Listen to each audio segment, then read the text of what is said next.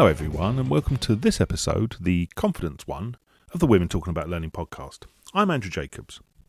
As we said before, this is a special episode. We asked women to send in their thoughts about confidence and what it meant to them.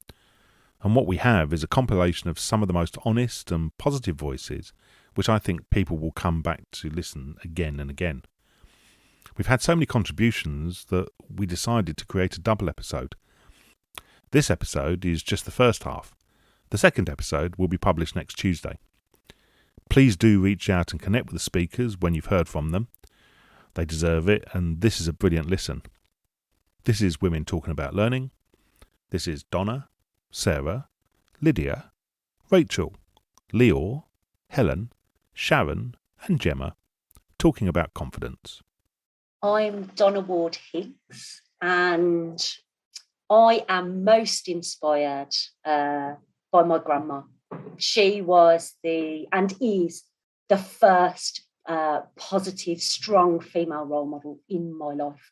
And the first to really teach me that I could do anything I put my mind to. She truly believes that, and actually was so positive in instilling that in me, but enabling me to also then instill that in others. So even now when we do our weekly video chat on WhatsApp, I always come away from those calls with a real sense of renewed belief and motivation and confidence, because she will forever be in my corner.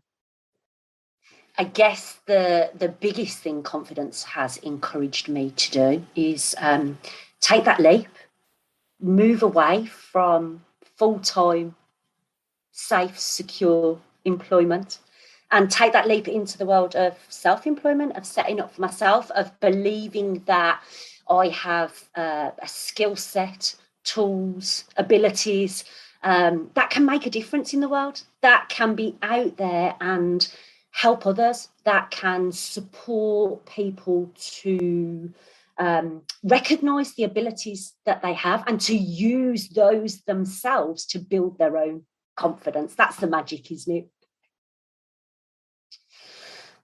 It's kind of been inspiring confidence in others, I guess, has been a bit of a golden thread for me. I've had a squiggly career. I've worked in retail, I've worked in the charity sector, I've done management roles, I've done frontline work.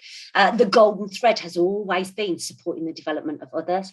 So helping people to move into and up through management and leadership positions for themselves, to pivot their careers, to develop their skill sets, to gain qualifications, being able to come alongside somebody and perhaps lend them a bit of my confidence, be that cheerleader in the early days, but watch them grow, watch them flourish, watch them build that confidence in themselves, and just seeing that moment of recognition.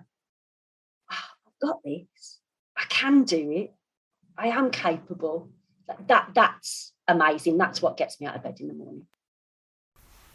Hi, I'm Sarah Ratcliffe. Confidence is a great conversation starter for here, because I certainly know that confidence has been something that has hindered my own career.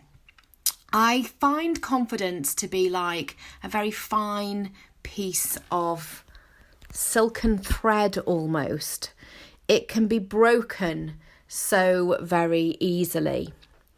But what I do know about confidence is that whilst it can be broken very easily, you can build it and nurture it and become really self-aware to ensure that you are the one that is looking after your own confidence. Areas in which I have found confidence is by utilising the energy of other people around me. And for being really aware, I found that my confidence really improved once I had done a 360 feedback, and I realised that actually I didn't see myself in the same way that other people saw me. And so this is a great little reminder to go back to and remind yourself as how you are seen in other people's eyes. I think that we can see this happen in the training room, or when we're dealing with learners, or even when we're talking to children who are trying to learn new things. Fragile and fragility around confidence is absolutely something that is there, and it's real. And as people, our words, our actions, what we do, how we make people feel, that can have a direct correlation to how confident they feel as they go towards any given task. So my top tips around confidence is build yourself up, become really self-aware, surround yourself with people that build and energize you so that they create more confidence within you. And remember that it's okay just to be you. I think the more that I've accepted that in my life, the more confident I have become. But if my confidence does lapse, I go back to basics. I sometimes go and read that 360, and I reach out to people that I know will help me build and grow. Hello everyone, this is Lydia, a previous guest on the podcast. Andrew's been in touch and he's asked if a few of us can record a short session on confidence. And that got me thinking really about the word itself. So what is the difference between confidence and being confident? And so I guess I was kind of looking at the terminology, looking at a definition, and the easiest way I kind of separate things in my head is perhaps the confidence is in someone else. What is the confidence that someone's abilities or capabilities, or trust in their confidence and capabilities to support or achieve or enhance an experience for you, versus being confident, about being self-confident in your own capabilities and skills. So I guess there is something in that where maybe it's for a lot of us one of the same, but maybe for others you can feel confident in somebody else's capabilities, but maybe not feel that about yourself, not feel confident about knowing where your attributes lie, where your strengths are, and being clear on those areas that you need to improve by setting realistic goals and expectations. So I guess, can you be confident as an individual yet sometimes feel like an imposter in the room? And that could be in a professional or a personal capacity. So questions that come up to me when I think about this topic is what is that nagging feeling that a lot of people, not just women, feel when they're in a room, that feeling maybe about not being enough or good enough. So can someone be really confident in their capabilities in one particular area, yet enter a room around others who maybe they don't know or feel that are more deserving, and feel less than confident? So that's a really interesting. How does one embrace their confidence? And that comes down to the experiences that we've each had in our lives and the people that we've had around us, again from a personal and a professional capacity. So I, for one, have been lucky. Biggest inspiration in my life, or two of the biggest inspirations in my life were my grandparents, who brought me up alongside my parents, and I was raised with the understanding, or with the kind of vision that I can inspire, or I can aspire to anything. So there were no constraints put on me, and that was an amazing way to be, built up to believe that you can really achieve anything. And if you only put yourself out there and inspire to do more. So just thanks again to Andrew for creating this opportunity to share a little bit about confidence. It is potentially something that we as individuals are born with, but I think it's also a trait that we can educate ourselves on, and we can build and we can learn.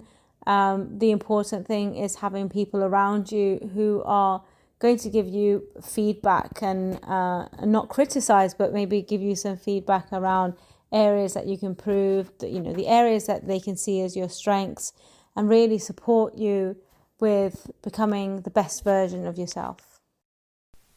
Hi, I'm Rachel, and I believe my biggest career successes and personal successes have come because of confidence. Confidence that even when I'm out of my comfort zone, I can move forward, take action, and do what's necessary in that moment.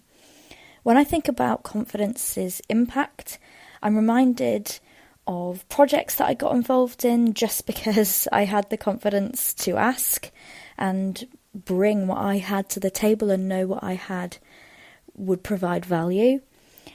I've had confidence moving all over the country and starting again from scratch because of my personal family circumstances and the belief that I could still achieve the things that I wanted to do even after what could be deemed as setbacks. I've been really encouraged and energized by others who have a belief in themselves, and I really like to take that on board and try and emulate things that I think resonate with me. And I'm also really encouraged by people who are on their journey to building self-confidence and knowing that they can bring value in everything that they're doing. I feel it's a really big responsibility, but ultimately a huge privilege to grow and foster confidence in other people. I mean, I can pinpoint exact points in my life where other people have provided that and encouraged that in me to get involved in projects or to talk about my successes and my achievements, which I wouldn't have done before. So a huge thank you to those people, but also it does ring true that we need to pay that forward, and it is a huge privilege in order to be able to do that and to inspire confidence in other people. Hi, this is Leo Locher, and earlier this year I did a crazy experiment for my 44th birthday where I decided to create 44 pieces of art and to show up with them in public and try and sell them. And that taught me a lot about confidence. What I learned was it matters actually a lot less than I thought if you're confident or not. What really matters is that you show up, you put yourself out there, and it's almost like the German saying is the appetite comes with eating. You generate confidence by showing up and by putting yourself out there in increments that you can handle, and then that builds and that generates more energy to then show up. So for me, confidence really is about this showing up and seeing what happens with that. For me, it turned out great. It was a really, really good experience, and I keep building on that. And the other thing I learned is when you show up, it doesn't really matter if you feel confident or not. That literary magazine that launched last week that has one of my abstract acrylic paintings in it, they didn't know how nervous I was when I pressed the submit button. But the point is, I pressed the submit button. I got my stuff out there and they liked it, and now it's out there and it's published. So the magic is really in showing up, and that's what builds confidence. So go for it. Put yourself out there. Show the world how awesome you are. Find people who support you, and that's where the magic starts happening. Helen Hill. Regaining my confidence has meant everything to me. It's been one of my biggest challenges, and also my biggest successes. I'm by no means 100% confident in anything, but are we ever? I'm realistic about it. I have great days, just as I have rubbish days. I have plenty of in-between days. Sometimes the smallest thing can floor my confidence, and sometimes it sends it soaring.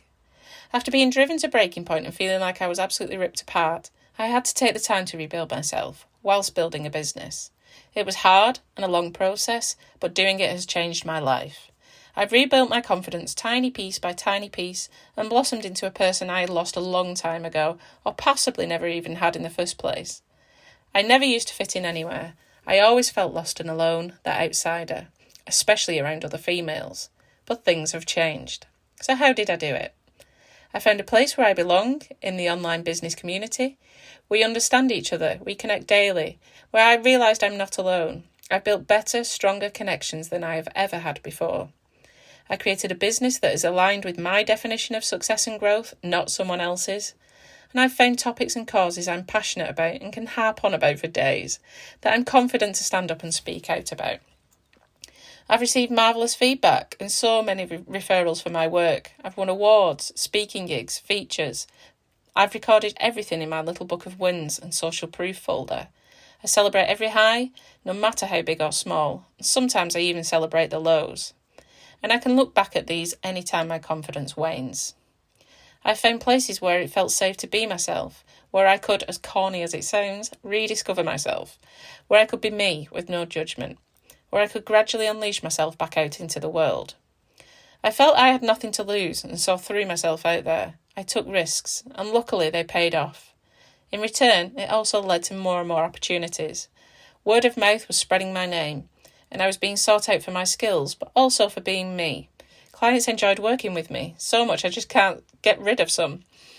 And most surprisingly of all, after a lifetime of feeling outside the cliques of women and losing all trust in them, I've discovered amazing women who've been the most incredible support, who've lifted me up and been there for me through the highs and lows of running a business, through grief twice, who have encouraged me to try new things, to go for what I want, to get my face and voice on video and podcasts, to write a book, become a coach, to network, to outsource, to collaborate, to set up a passion project, to implement better processes.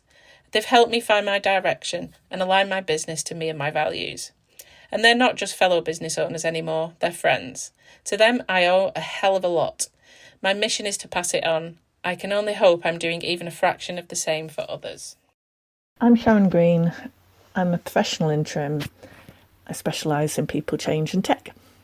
I have been thinking about what it is to be confident, and the words that come to mind for me are ability, skills, experience, trust, faith, mindset. There's a whole heap of things, I think, that help me to be at my confident best. And I look back and I think about the times that I am the least confident and the times that I'm the most confident. And it's a combination of factors, I think. Some of it comes from experience, knowing that I can do things, and therefore I have it within my toolkit to be able to perform. Some of that is within the context. If I think of something like skiing, for example, I've learned how to do it.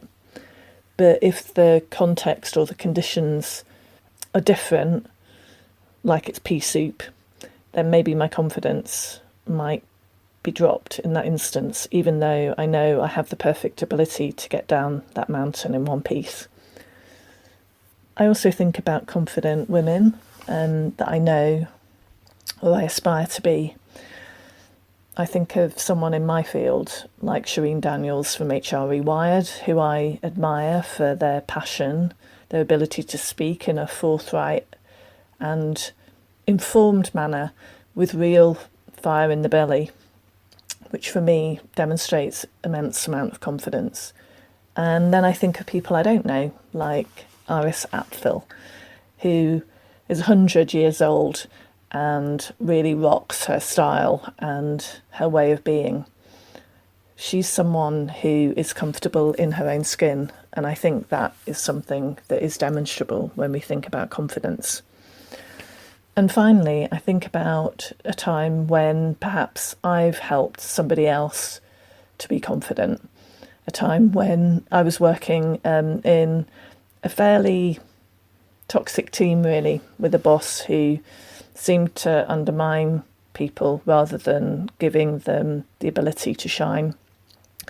And I think about the role that I played in providing a bit of umbrella cover for a few people and colleagues who I was working with at the time, and watching them behave differently because they had somebody who had their back, supporting them and encouraging them. And that is the kind of person that I try and endeavour to be. And I think that comes from a confidence in your own ability and a confidence in doing the right thing, even if the circumstances are quite difficult. Gemma Wells. I've never been a particularly confident person. I always like being at the back on my own in my own little bubble. But as I've got closer to my 40s, I've realised confidence is not as scary as I first saw it. Don't get me wrong, I still get the fear sometimes, but having the confidence in myself to sort of put myself out there has helped me to move from the safety net of a big corporate job that I was in for 5 years to something completely different in the world of apprenticeships, which is exciting. It's also encouraged me to step into the chair position at the ELN, which was a huge step for me, but one that I'm really proud of. And it's also allowed me to do things like this, sort of little podcasts or sort of recording my voice for things. It's not something that I've had the confidence to do in the past. I'm really lucky to be surrounded by some amazingly inspiring women, but the two that sort of stand out for me of late are Hayley Maisie, who is amazing at what she does, and she's really been an amazing mentor to me. She has pushed me to achieve my goals. She makes me feel like I can do the job that I'm doing really well, and honestly, what she doesn't know about marketing isn't worth knowing. My other sort of inspiration as well is Michaela Rini, who's the co-founder of the Opportunity Group where I work. She has become my social media / confidence accountability buddy. We both want to sort of do better in the world of social media and raising our profiles, so we've kind of come together to inspire each other. And what she's achieved and continues to do so is so inspiring.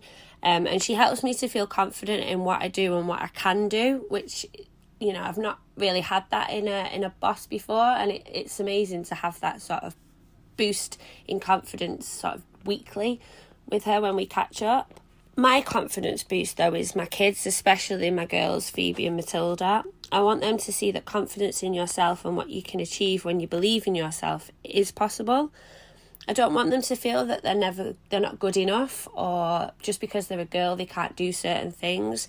I want them to have the confidence to try new things and to put themselves out there. So I just feel like if I have confidence in myself and I let my confidence shine, they can then carry that into their lives and see that anything is possible. At the end of each episode, I like to make a comment on what I've heard. And it usually focuses on one thing that somebody has said. I can't this time. There's just so much good stuff from this one that it's impossible to pick out a single highlight. I've listened to these submissions 3 or 4 times as part of the editing process, and I get something new from every time I listen. As I say regularly on this podcast, hearing smart people saying smart things is a privilege. A massive thank you to all our guests on this part of the episode: Donna, Sarah, Lydia, Rachel, Leor, Helen, Sharon and Gemma.